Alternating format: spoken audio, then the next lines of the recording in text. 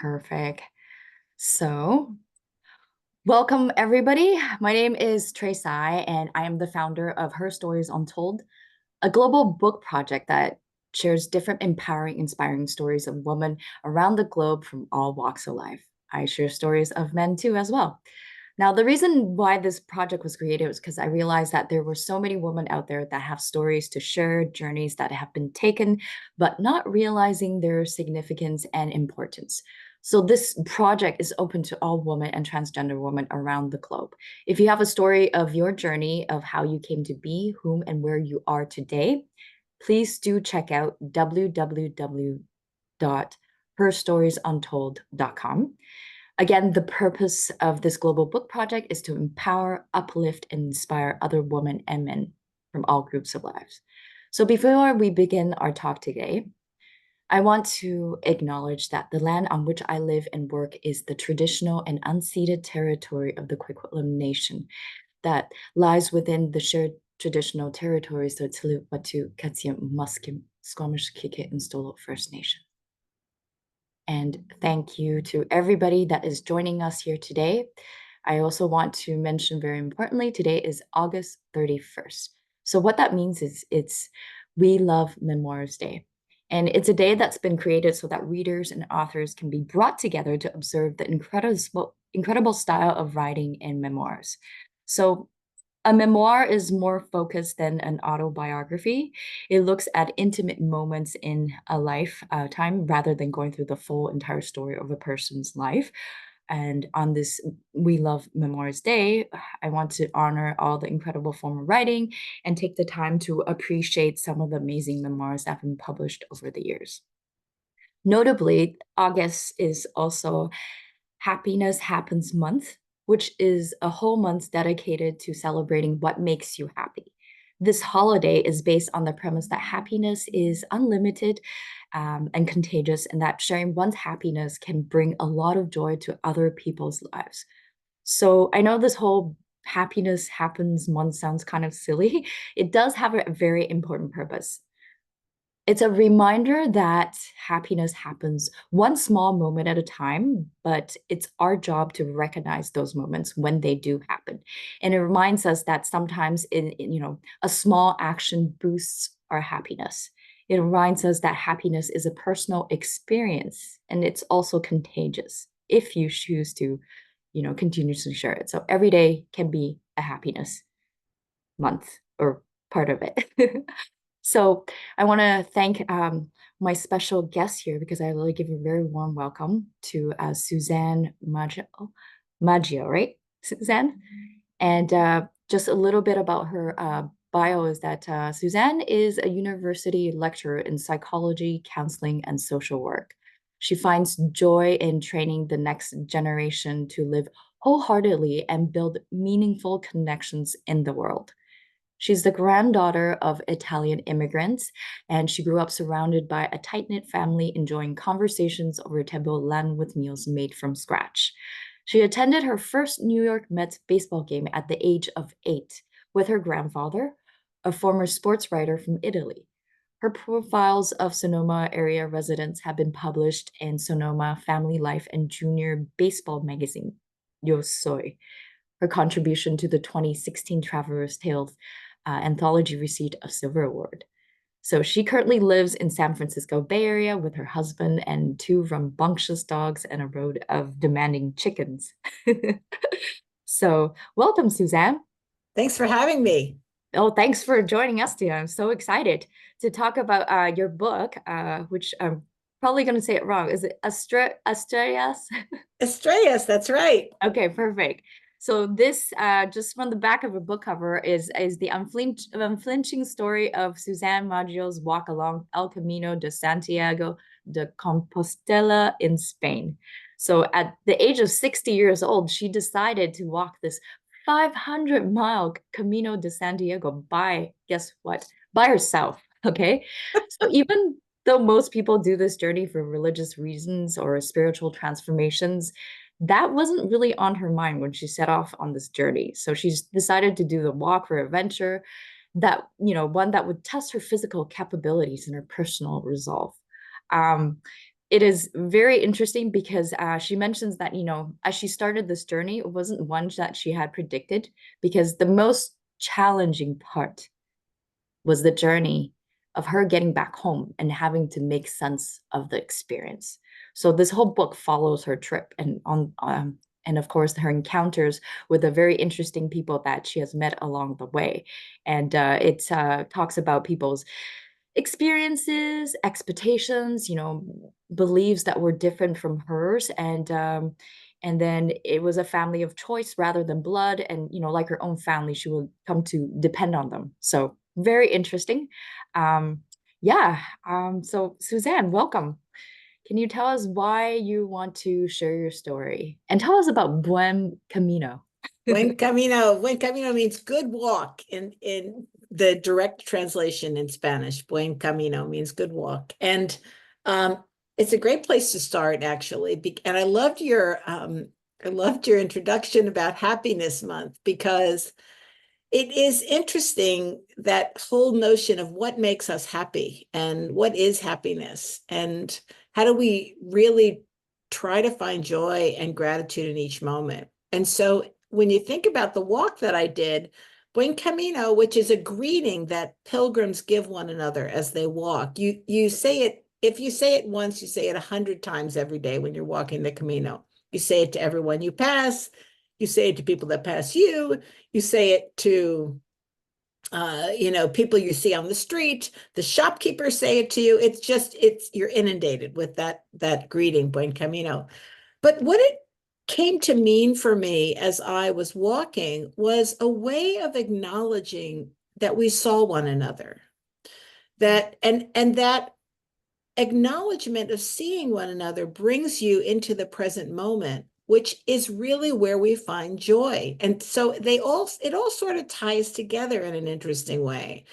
There's a way in which having the time to walk, which slows us down automatically, to be in a place where you can leave behind all of the worries and anxieties and stresses of daily life, and just really focus on being present, is, you know, it has the potential anyway, and certainly did for me, to be a life-changing experience.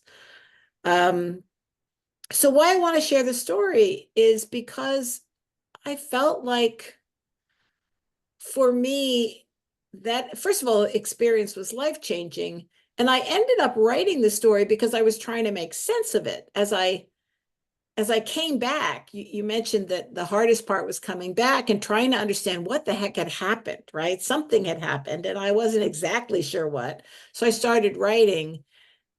And so now when you put it out in the world, it's like, okay, this is my journey. And I've heard from so many people that say, it feels like I'm walking with you as you're walking, or this reminds me of an experience that I had, or I've always wanted to walk the Camino and now I have the courage to do it. And so for me, and again, I think we all have different reasons for or motivations for doing the things we do. For me, sharing my story was to help others tap into their own story, um, because we all have extraordinary stories to share, and being present, walking together.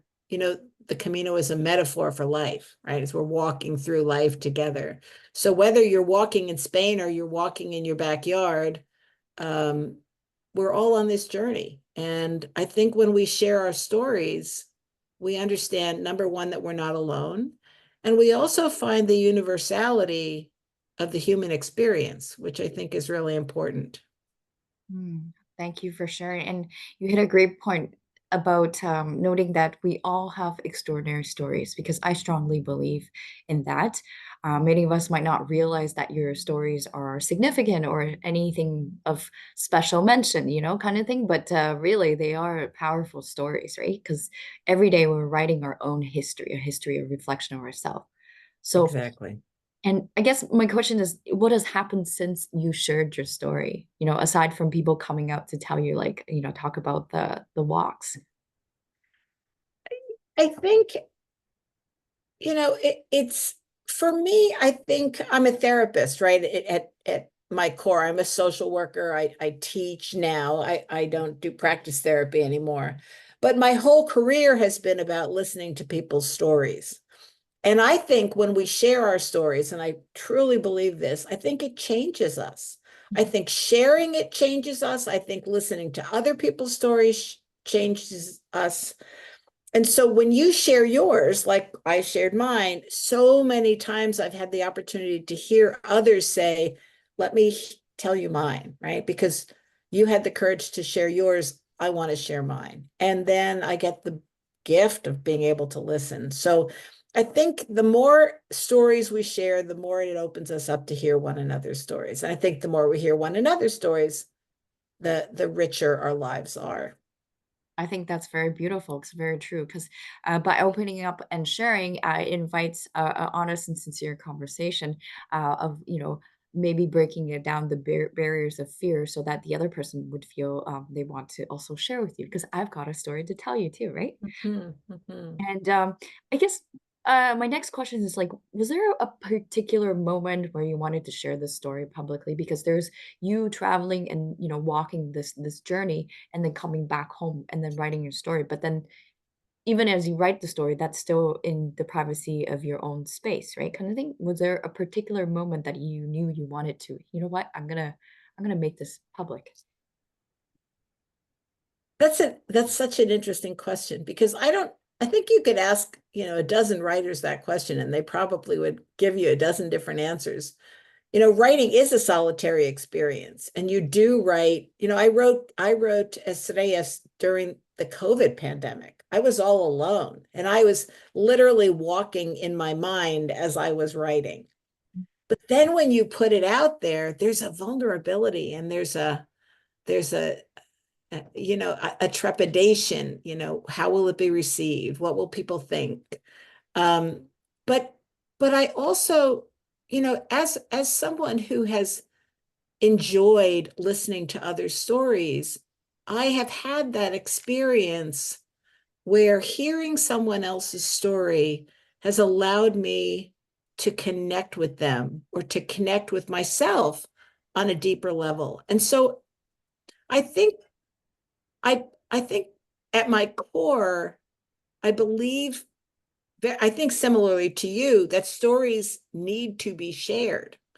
That's the magic of them, right? If we keep them to ourselves, we live in isolation. When we share them, we build community. And so I think I don't know if there was an exact moment, but I think my over my professional career, my personal career, my experience has led me to understand the value in sharing. And so, yeah, I mean, I think once I decided that I was going to write about it, I knew that it was something that I wanted to share with others. Absolutely. And you talk about, going back a little bit about writing is something that you do almost pretty much in isolation. I love the part where you mentioned that you were actually doing a walk as you wrote this book in your mind. And I think it's so true that if you have a story to share and you keep it bottled up, then nobody is ever going to know about such a story or this happened, right? And I think this is in relation to how the audience loves to watch films. We love to watch movies, we love to watch documentaries because we want to hear about other people's stories. And from Yes. those stories and from those films that we watch, we observe and find traces of ourselves in those stories. While we may not be, living the same experience or ever in a lifespan encountering certain aspects or situations or events, but it's something that you're like really curious as a human creature in this whole universe of existence, right? So that's amazing.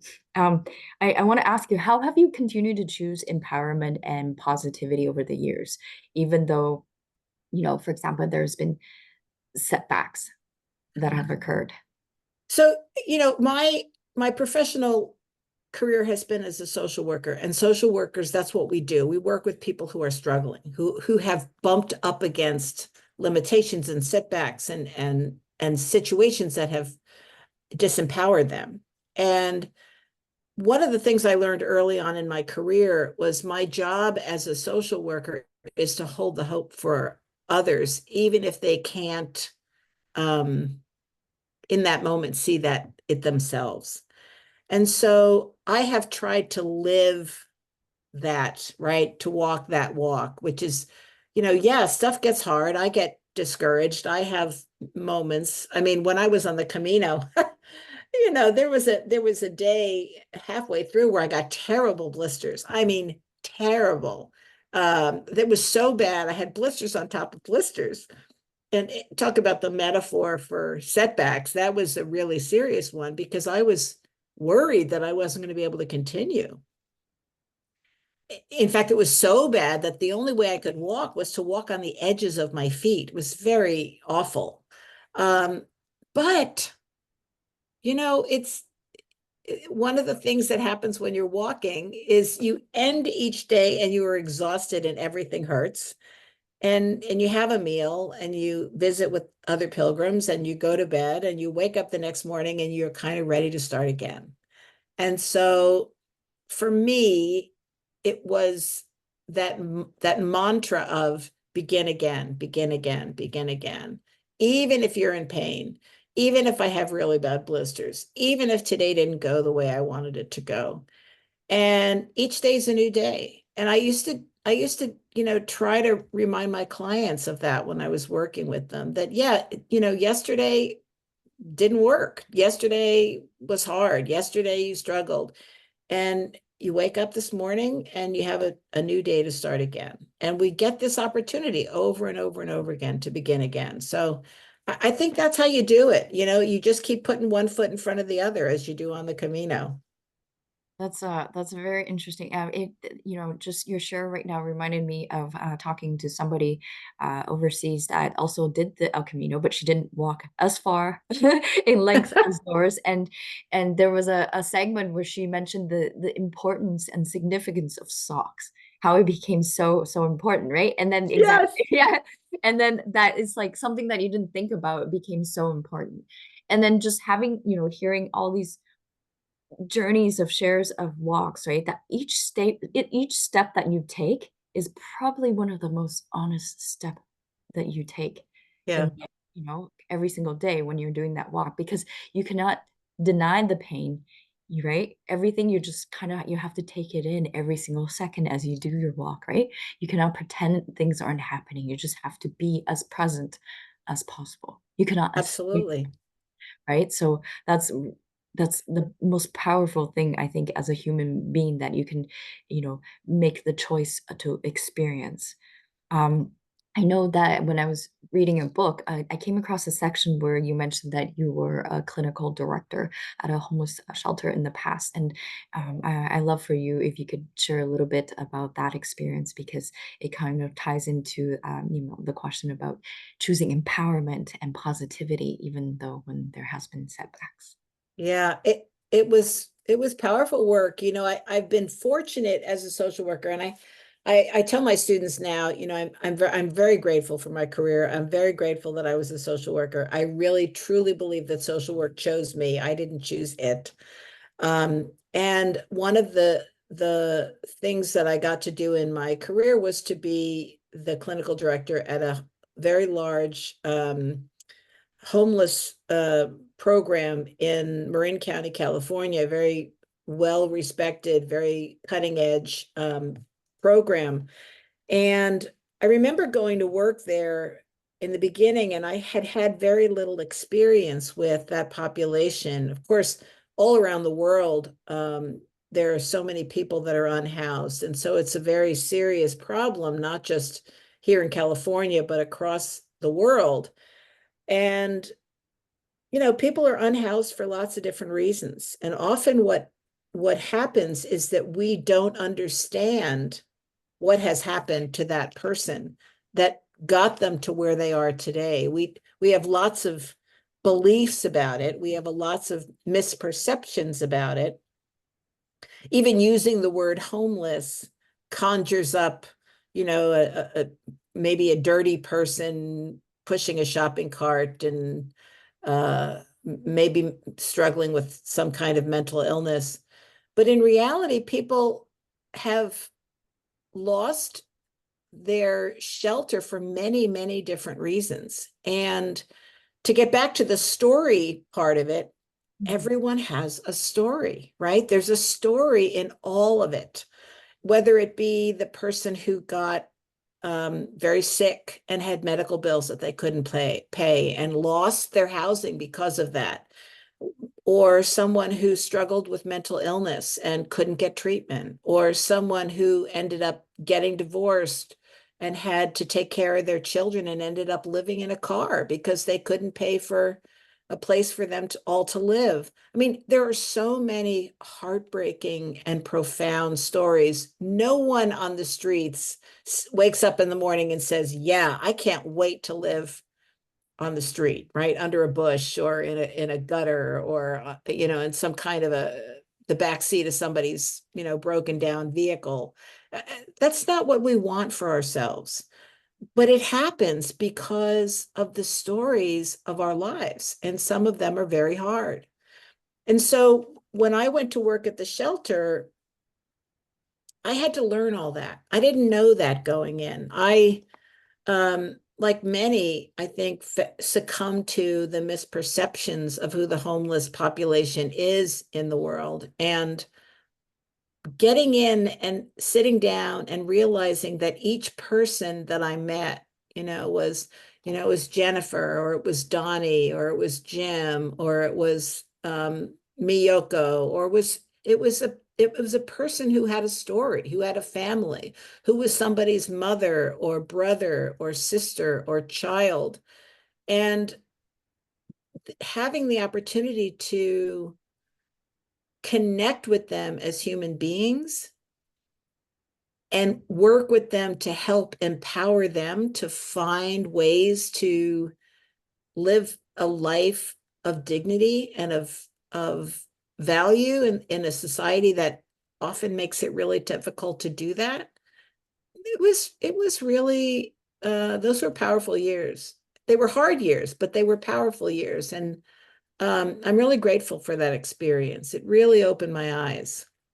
Yeah, thank you so much for sharing that. I'm not sure what exactly are the statistic of situation regarding homelessness at where you live right now, but I can share a snippet from, recent news from, for example, Global News in 2020. Homelessness in Vancouver has been, seen significant increase in the recent years, and reflecting really a broader trend that's observed across many urban cities in Canada. In 2023, the homeless count in Greater Vancouver reported 4,821 individuals experiencing homelessness. So, of course, there's a lot of hidden stats that are unaccounted for, right? So, having said that, there's about 32% increase from the 3,634. Okay, that's in 2020. So we're talking about 3 years later. And of course, I guess the statistics includes, the ones that are sheltered in temporary accommodation, as well as those without any shelter. So it's a very sad and complex situation, because this homelessness, the cause of it you mentioned earlier, is multifaceted. So it's mixed in with multiple root causes. For example, mix of economic factors, lack of affordable housing, and personal circumstances, as you listed, right? Um, you know, there's in Vancouver, and as well as other parts of Canada, rising costs and rental costs have been significant contributors. While some progress have been made, through community and governmental initiatives, there's still a persistent rise in the numbers. So that means that there are still challenges that need to be addressed, right? And I think homelessness is not your neighborhood issue or my neighborhood issue. It is very much a global issue, right? So just touching on very quickly, like some of the root causes of homelessness. And I talk about this because I feel this is a very important topic. And whether you know someone or is experiencing it or not, I think, ultimately there are, it's very deeply interwoven into our society. Some of the key factors that notably mentioned about homelessness is affordable housing shortages, income inequality, mental health and substance abuse or use. Mental health is such a huge concern, especially, after the COVID pandemic, right? For many people, you don't even have to be homeless to be experiencing issues or challenges. There's also the aspect of domestic violence, for many, especially women and children fleeing situations because they're not stable. There's also, the ongoing concern of systematic inequalities, right? So break down social networks, economic policies, and whatnot. I mean, this isn't a talk that we'll be able to talk about this whole thing. I think it's endless in terms of that, but some of the solutions that could be possible is like increase affordable housing, enhance support services so that it's not just stopping at one segment of it, but continuous. And then multiple different groups of people coming out to support, whether you're directly related in that field or not. So, in relation to that, it's economic support and job training, preventative measures, policy and advocacy, community involvement, integrated service models, and as well as the use of technology and data. So, all these multi-layer approach can really help address and support. So but anyways, these are so thank you very much for sharing that aspect of experience, because these are things that we don't know until we talk to someone or have experience, but that doesn't mean you don't need to know or you don't need to care about.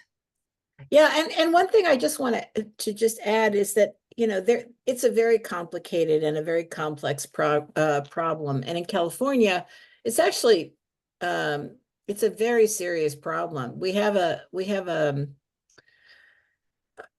roughly 182,000 people that are unsheltered every night in California. That's a lot of people. That's like 28% of the population of homelessness in the entire country. So that's a large population. And what they do is they actually do these 1 day counts. That's how they know how many people are out there. You think how could they figure that out? But they actually do 1 day counts all around the country. But I think the thing that and sometimes we talk about this stuff and it seems so big. We think, oh my gosh, how can one person do anything about any of that? And I think the part that I would like your listeners to remember is that these are people. These are real people. It's not a group. It's not, we talk about, we label something as homeless. We somehow we distance ourselves from it.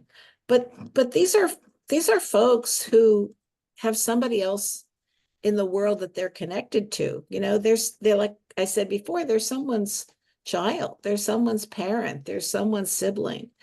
And I think that, like, above all of the complexities of the problem and the complexities of the solution is to remember that that's a human being. And if we can remember that, I think it can help us navigate a solution, right?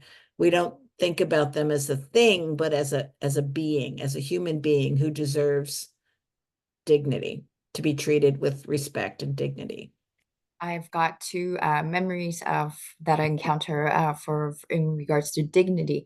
One was when I was helping out volunteering at a soup kitchen, and I remember they were giving out food, and I know they have gotten the bread, right? Basically, the bread from a local bakery. At the end of the day, they kind of donate the bread for that, Mm-hmm. and so part of the training and in that particular event was that do not you need to ask the individuals which bread they want, because that was their form of dignity to having the option and choice of choosing bread.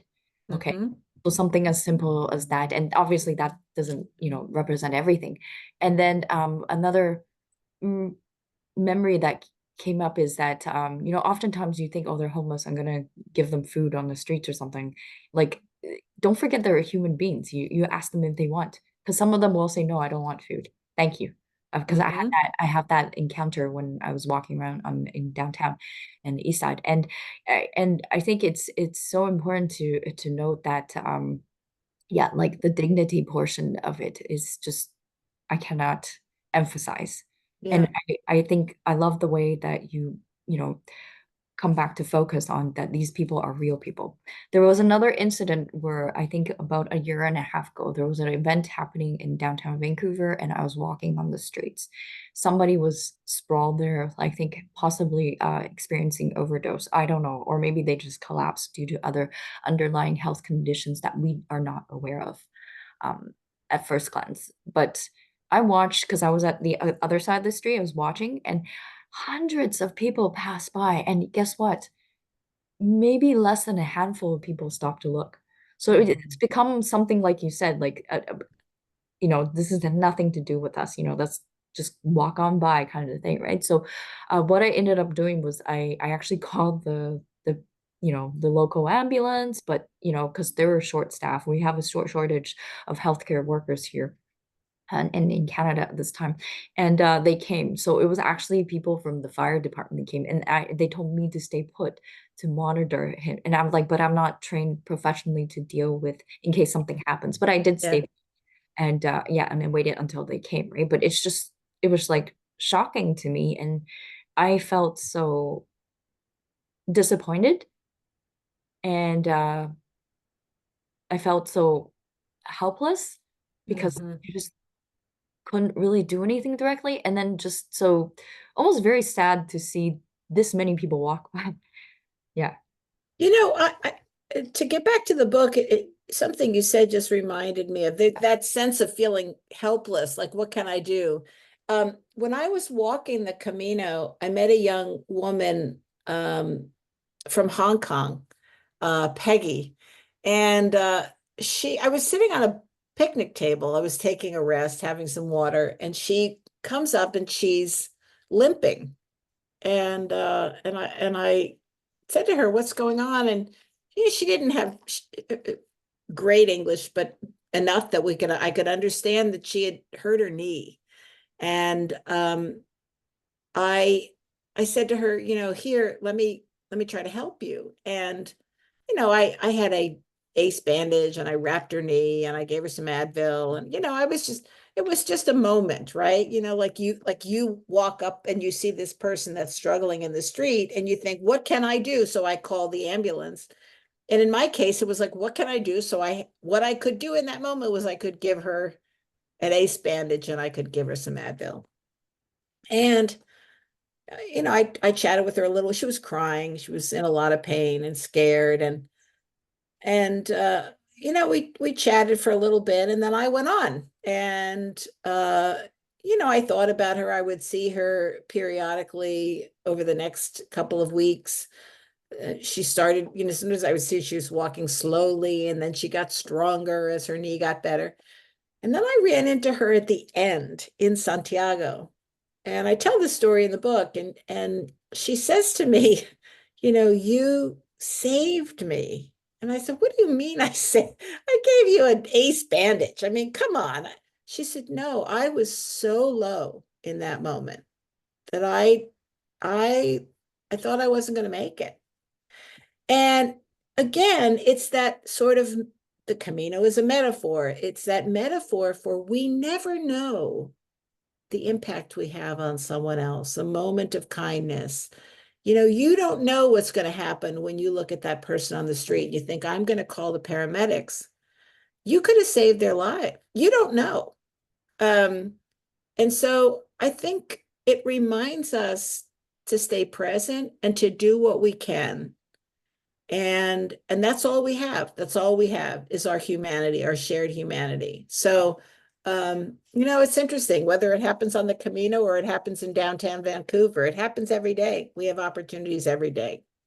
I love that. I love that. I believe strongly what you're saying about our duty as humanity to take care of each other. And here's the thing.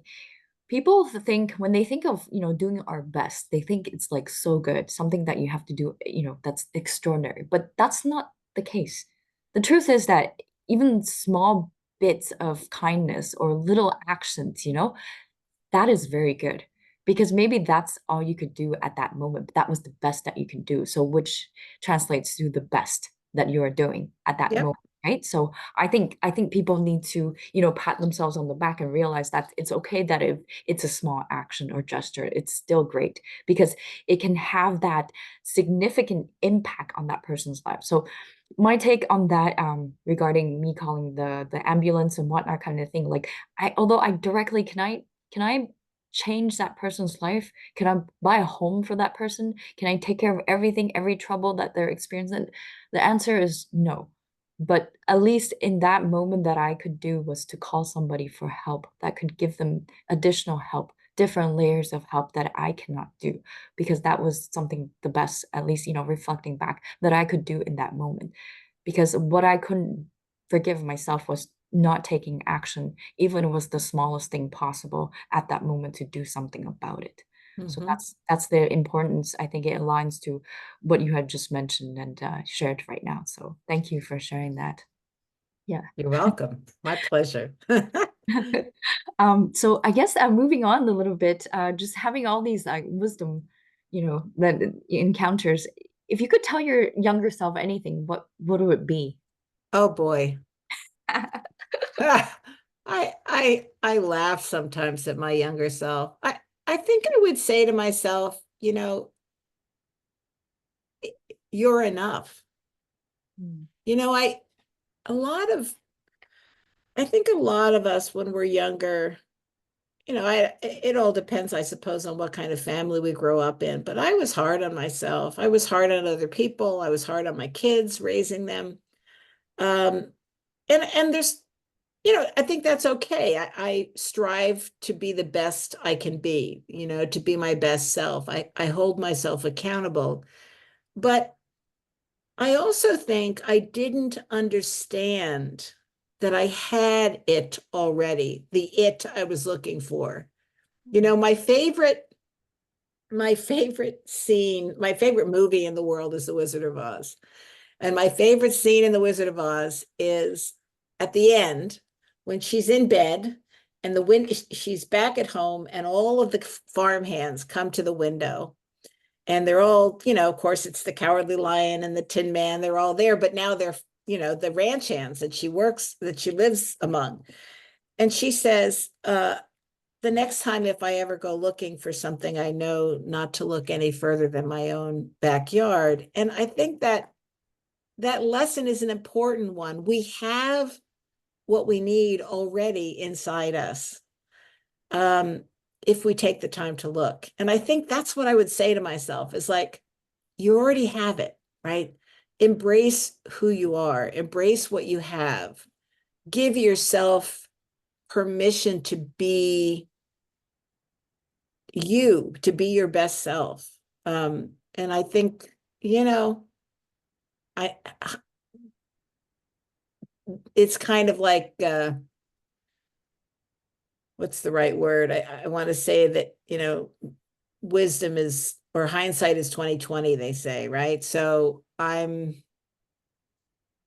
constantly reminding myself that yeah, I have what I need and I had what I need back then.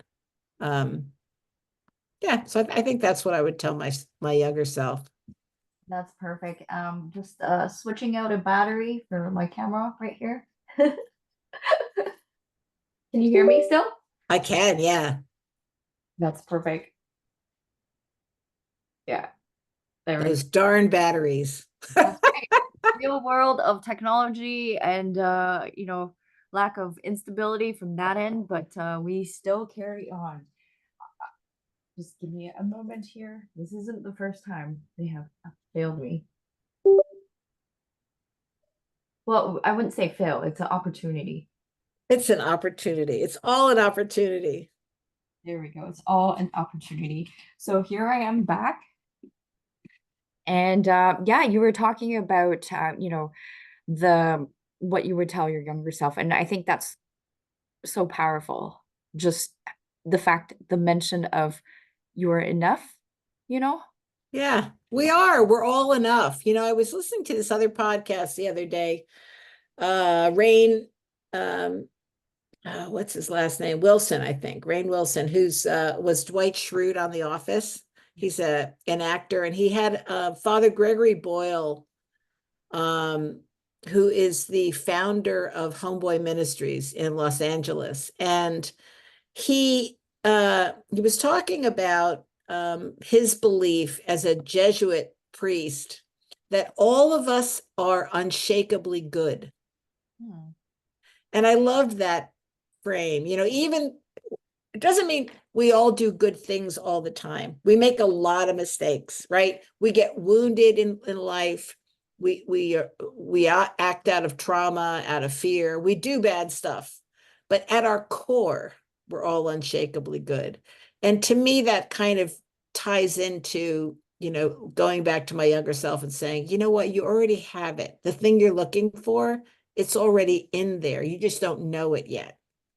Yeah, that's very true. And I think you can apply to everyday situations. It's like sometimes you're looking for this particular person and you think you have to search far and wide for it, only to meet them maybe thousands and thousands of miles apart, but they actually lived a block away from you, for example, right? Or maybe like you order simple things like a bunch of Amazon packages, right? You flip through like, you know, tens and twenties of packages thinking that it's every other package, but that one that is just by your foot. And guess what? When you decide to look down, that's your package that you were looking for the whole entire time. So I think that's how I would relate to the beautiful thing you said about, just us being enough and Yeah. it's already in front of us. Um, I love the example of how we're unshakable, right? So it's as if you think of yourself as a strong house, okay, with very strong foundations, that means um, if a storm comes, a typhoon comes or some sort of earthquake comes, guess what? You're still there. You may Mm-hmm. be broken and shaken up, right? But it's fixable, right? So Mm-hmm. everything is Mm. really figure outable in that sense. I wanted to ask you, in particular, if you had any message that you wanted to share for women around the globe, and of course for girls today, because growing up, being a girl is not an easy thing too. It isn't easy. It isn't easy. And here in the United States, we have we've been talking about this in my classes that we have had 46 presidents and none of them have been female, and we have the opportunity to elect our first female president. Um, and I'm not promoting one candidate or the other, but I think it's an interesting comment about how do we get to 200 plus years of governance and have no women that lead our society. And I think a lot of it has to do with all of that conditioning around the value of women that has been part of our existence since the beginning of time. And I do think it's really important that we keep reminding ourselves that we are strong, that we are creative, that we are filled with unshakable goodness and unshakable potential. And we have to, as women, we have to advocate for other women. We have to support one another.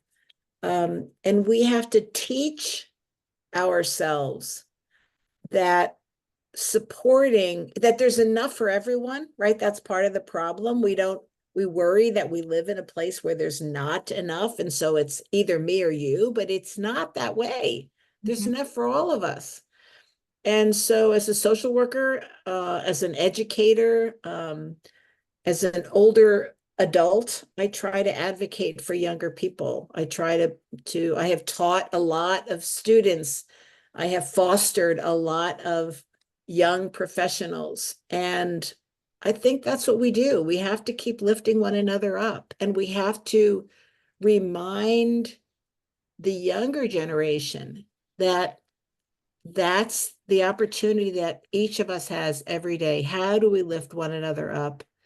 Um, because we have a lot to offer, we have a lot to give. Yeah. So it's interesting. I've got a couple of nieces that are dynamic women. Um, and I try to remember that when I interact with them, which is like, how do we empower them? How do we hold them up? How do we help them appreciate their own unshakable goodness?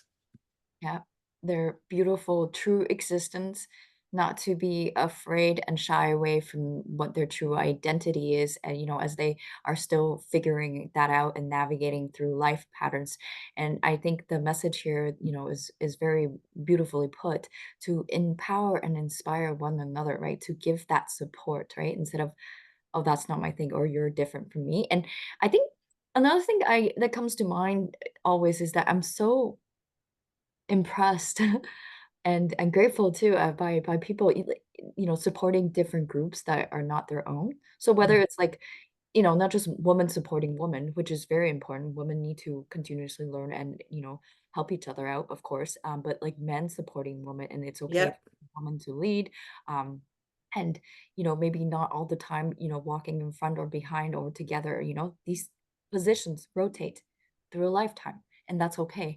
And different groups um, supporting other groups, that's amazing, right? That's how you bring peace to the world, harmony, right? And emphasis, Mm-hmm. focus on harmony, right? So I think that's so important. And the girls of today, while growing up, you may not be fully aware and 100% sure where you're going or who you are, but that's okay because that's how you can navigate through life, right?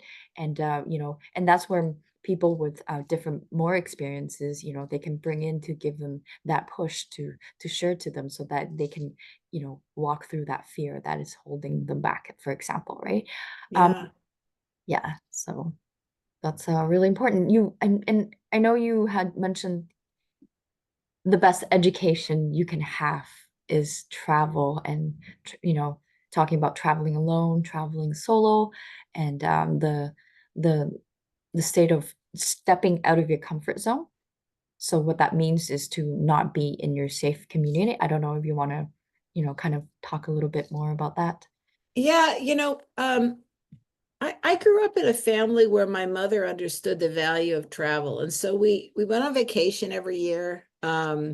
She took us to Europe a number of times when we were kids. And as an adult, I have also tried to do that for my kids, and both of them love to travel. In fact, my oldest boy just moved to Amsterdam, so he's definitely got the travel bug. Um, and I think, as I've thought about travel, on the one hand, it's fun to see other things, but the real value in travel is the exposure to difference. And, here in the US, we live in a relatively diverse society where we've got people from all around the world who have come to create a home here in the United States. And it certainly hasn't been without its challenges, because it certainly is a challenging effort to try to meld all those different cultures and beliefs and languages and foods and value systems together. And yet, it's what makes life so rich. And so I think when I talk to my students, I say to them, travel, travel, travel, travel. If it's, get out of your state, get out of your country, get out of your comfort zone as much as possible, because the more expansive your experience, the richer you are, the richer you become.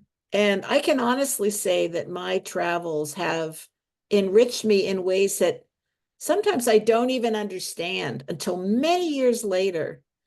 Um, and so, yeah, I think travel, doesn't have to be expensive. It doesn't have to be fancy. Walking those pilgrimages that I've done three of them at this point. The last one I did this summer was in Italy.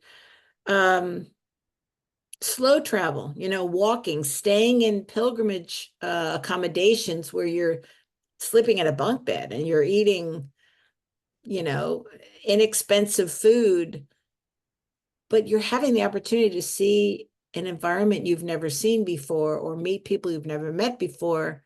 And then, of course, if you can talk to the locals and you can find out, don't go to Spain and look for a Starbucks. Go to Spain and look for a Spanish cafe and have a Spanish tortilla, right, which is an egg and potato pie. Um, or have, paella instead of trying to get a hamburger somewhere. That's how we grow. That's how we learn about one another. And yeah, I just think there's nothing like it. And I think we would be wise to do that. And I think the solo piece of it has something that I've embraced as I've gotten older, because it's, now I've traveled so much that I'm pretty much comfortable anywhere. So it's kind of like, okay, how do I kind of turn it up a notch? And I started traveling alone. And then that becomes the new challenge, which is like, okay, now I don't have the comfort of my best buddy that I'm traveling with or my partner. I have to talk to people I don't know. I have to talk to people who I just meet on the street or sit in a cafe or sleeping in the next bunk next to me. Yeah, I 100% wholeheartedly agree with you about traveling, and because there's that saying where traveling is the profound way of humbling individuals, right? So until you've taken those journeys, you're not going to be able to fully experience that. And you talked about exposure to new perspectives, right? Different cultures, different lifestyles, different food, different social norms, that are oftentimes vastly different from our own, right? And then Mhm. traveling essentially exposes and challenges our preconceived notions and biases. So that really helps enrich us in terms of realizing the diversity and complexity of the world. So I think very importantly, it teaches humility, right? Showing that your way of seeing the world isn't the only one available, right? And nor necessarily always the best one. And I guess during traveling, you'll encounter challenges, right? To places that are obviously very different from where you live, possibly to less developed areas from our home country, and then we oftentimes can encounter challenges that we wouldn't face at home, right? And first and foremost is that language barrier, right? Lost in translation. There's different societal rules, even basic living conditions, right? Like you mentioned, right? We don't always necessarily go for the best because anything that you can acquire from, with money, with the best experience, you're going to have a calculated, outcome with the best experiences, right? But if you go to those different conditions that maybe not the same ones that you have in your home country, you get to see things as they really are. Okay. It's funny. You asked me a while ago about what would I tell my younger self, and I think Yeah. this is another thing that I would say to my younger self is, you don't know anything, honey. Because as I thought when I was 25, I thought I knew so much, and now I'm 65, and I go, oh my God, I don't know anything. There's so much more to learn, and travel shakes that, right? It shakes that belief that you have it all figured out, that your way's the right way, that there's only one way. There's not only one way. And your way is not, your way is your way, but it may not be the best way.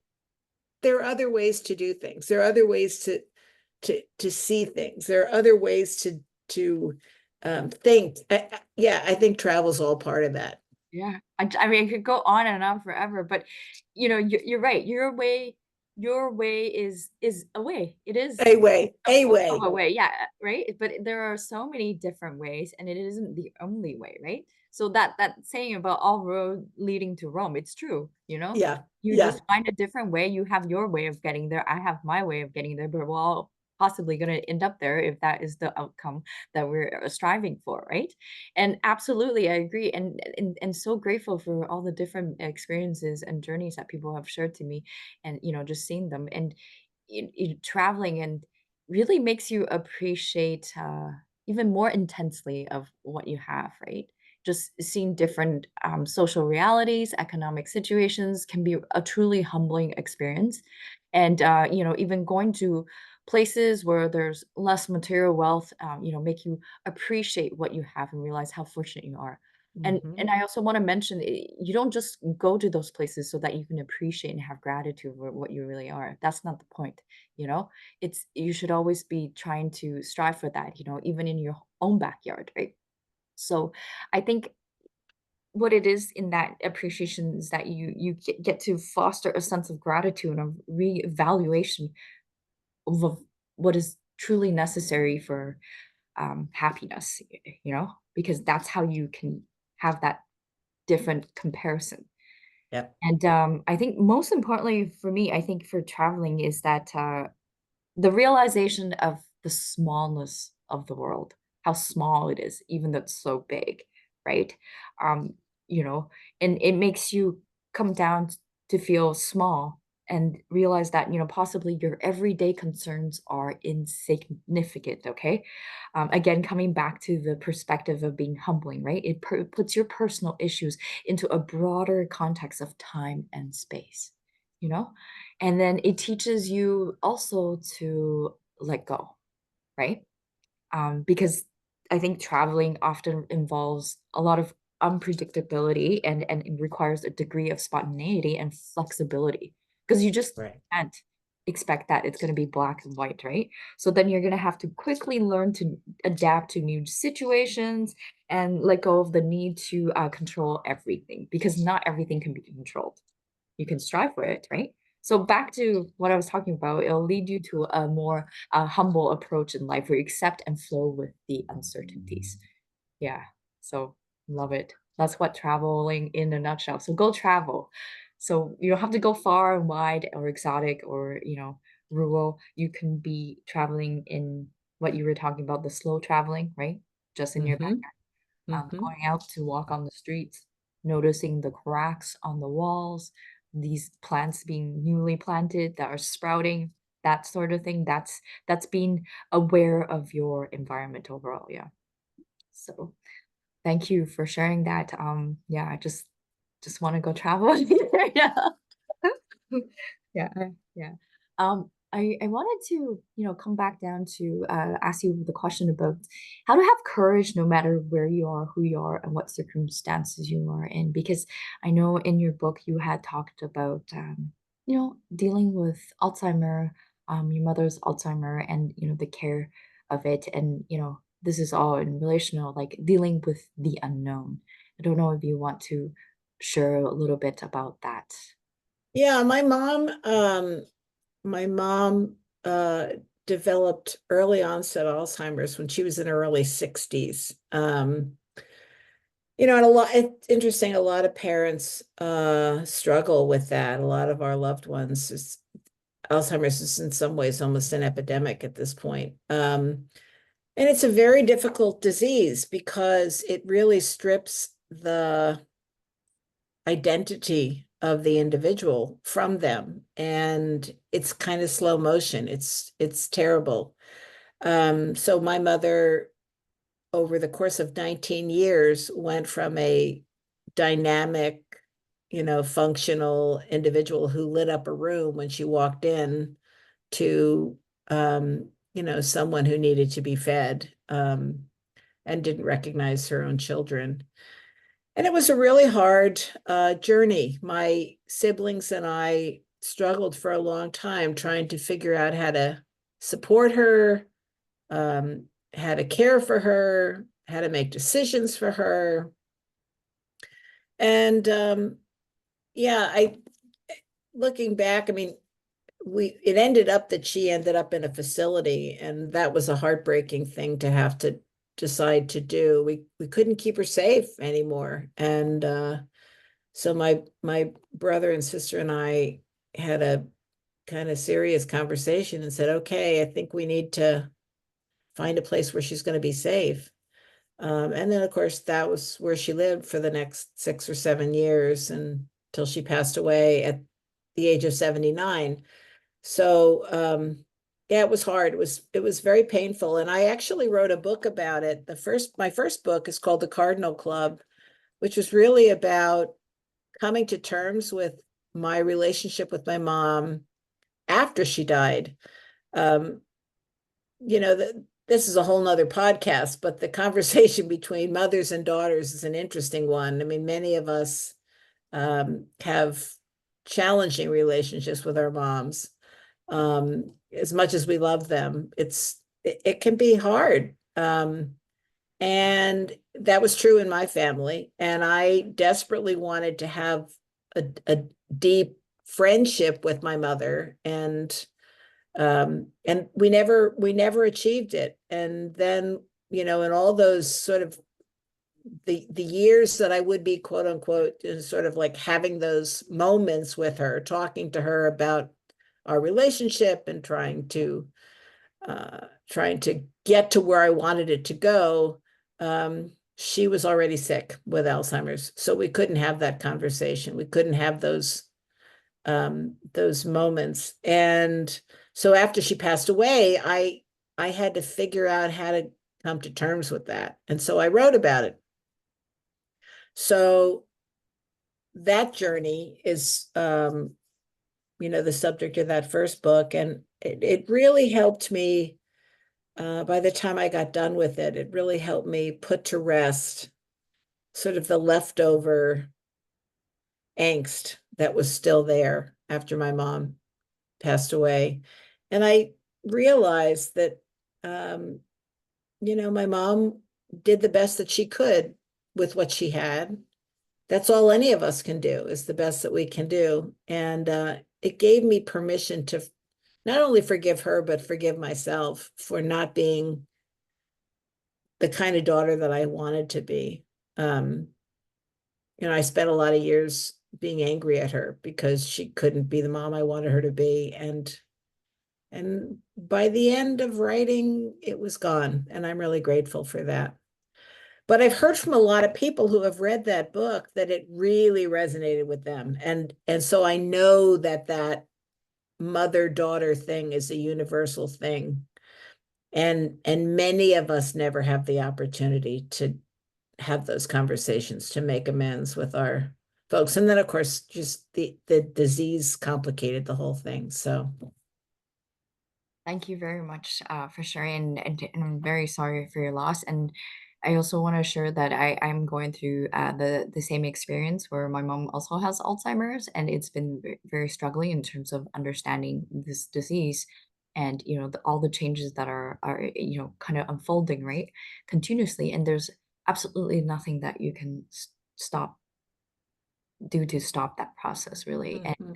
and it just it's like trying to hold water. But you cannot hold water and you cannot grip it. It's just gonna slide and you're just gonna let it flow through, right?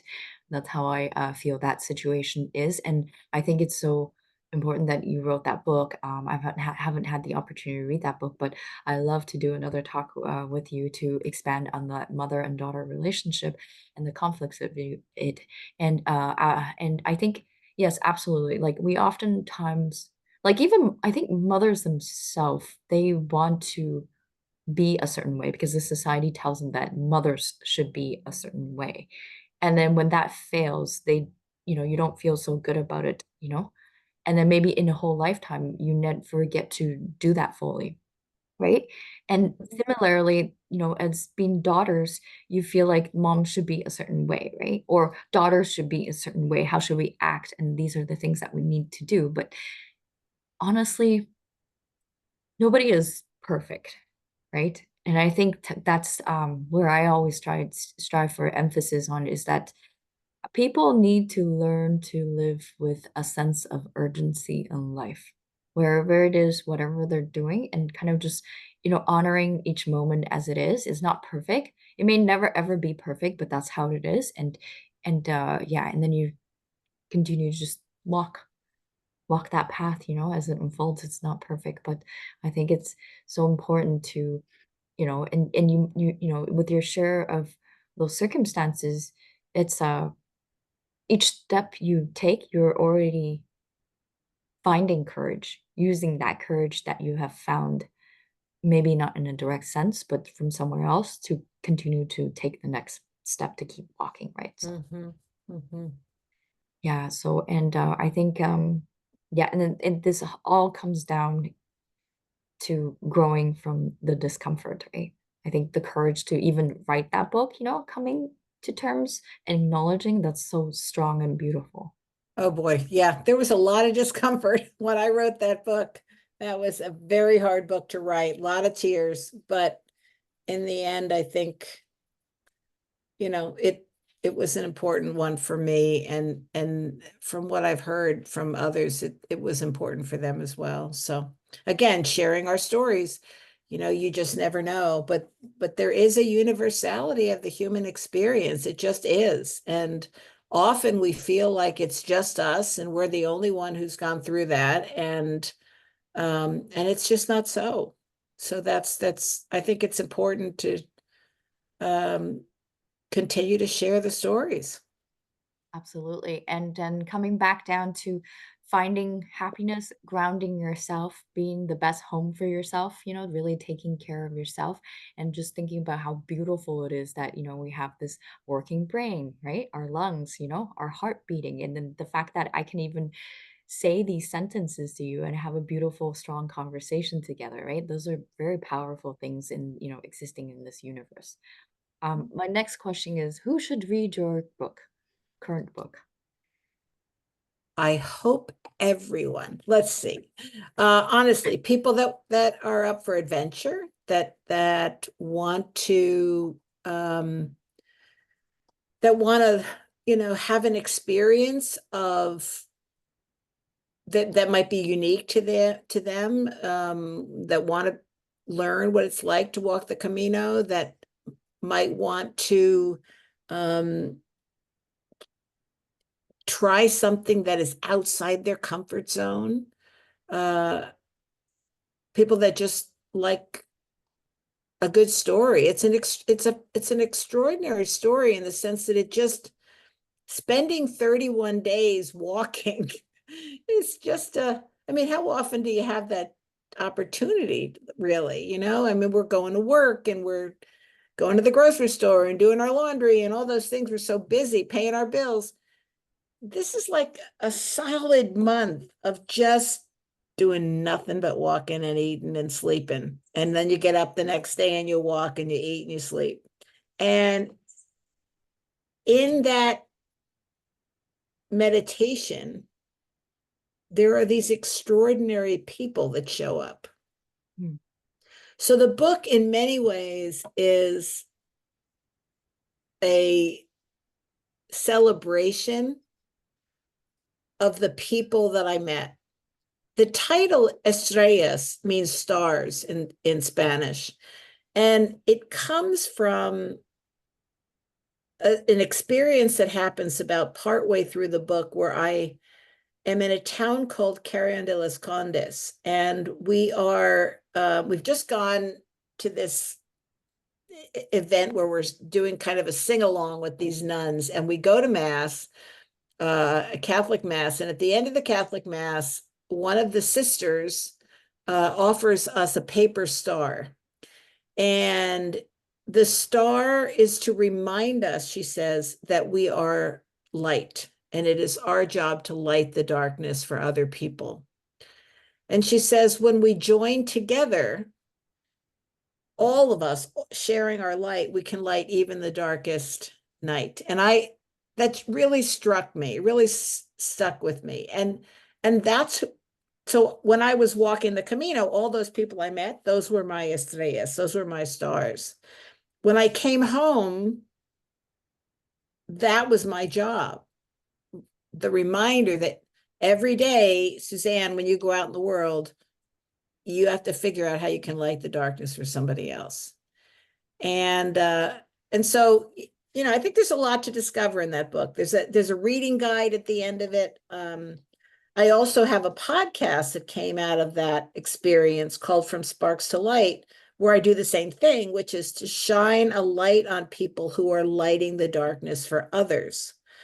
And I have interviewed people, 70 people at this point, from around the world, who are just doing amazing things. They are feeding the hungry. They are advocating for LGBTQ rights. They are taking care of kids in the foster care system. They are just, I mean, creating environments for kids and that are differently able to understand what it's like to, you know, make connections with others. I mean, it's amazing, amazing stuff. And it humbles me. It humbles me because I think a lot of times life is hard and we can get really down and it can feel like, oh my gosh, the darkness is everywhere. And I think, by sharing the stories of folks who are bringing light, it reminds us that, yeah, there's a lot of good in the world. There's a lot of beauty. And so I think I learned that on the Camino, and I continue to learn that um, every day. I think that's beautiful because guess what? If you manage to light one candle, that one candle can light many candles. Yep. How bright is the night going to be, right? With all that many candles, everybody lighting each other's candles, right? So, and don't forget to take care of your own light so that it doesn't dim and so that you can continue lighting other people's lights.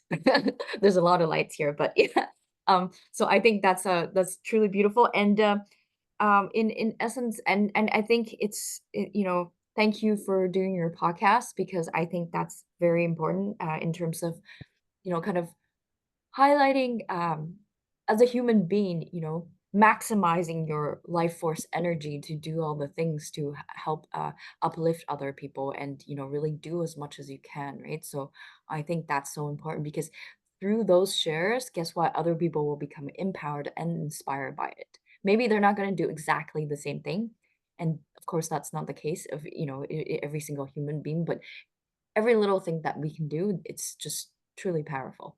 So Mm-hmm. don't disregard that and don't forget that. Finally, lastly, but how do we get a copy of your book, Suzanne? Oh my gosh. Well, it's available, of course, in all the online booksellers. I have copies. If people want an autographed copy, they can email me through my website, suzannemaggio.com. You can buy the book there as well. But it's, of course, and it's also available at bookstores. If you go in and it's not in your bookstore, you can ask your bookseller to order it for you. But yeah, I would love that.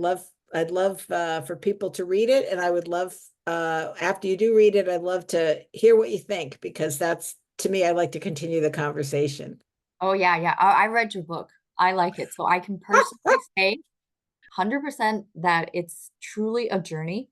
And I love the reflective moments of awareness and thoughts that have come to be, and then all the different memories that it triggered because it's helping make sense of the realities that you have taken throughout, and then it makes me question certain things and paths that I've taken, like even just in recent times while I was away.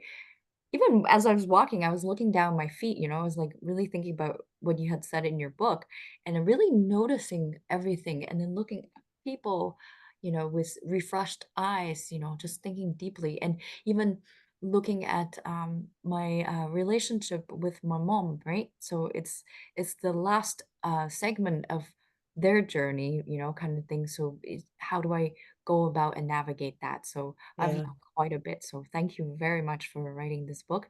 And I sincerely appreciate your time. And I look forward to speaking to you again in your podcast and future talks about your other book, Cardinal. Thanks so much. It was a joy to talk with you. Thanks so much for having me. It was a true joy. Thank you so much. Take care and bye for now. Have a beautiful weekend. Bye.